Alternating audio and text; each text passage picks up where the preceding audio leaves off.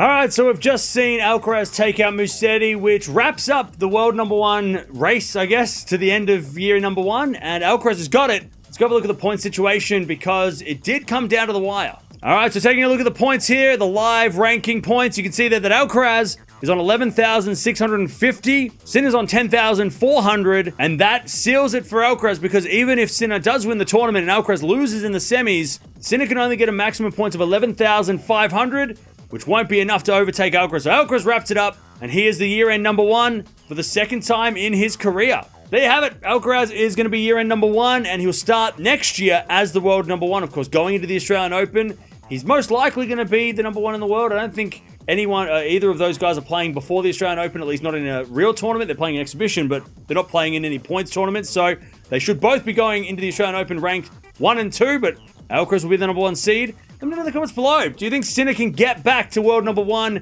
next year? Because, of course, there is that period between February and sort of May or April, May, where he didn't play. So he's got a lot of points to gain. You know, Indian Wells, Miami being two of the big ones. Monte Carlo as well. Maybe even Madrid. So there's a lot of points on the table there for Sinner between those months. And, of course, Alcaraz has to defend points during that time, especially during the clay season. So let me know in the comments below. When do you think Sinner will get to number one again? Will it be during that time? Or do you think Alcaraz can keep that world number one ranking for the majority of next year and stay on top? But there it is. Alcaraz, with his win today, ends the year at number one and gets a big, big trophy for it.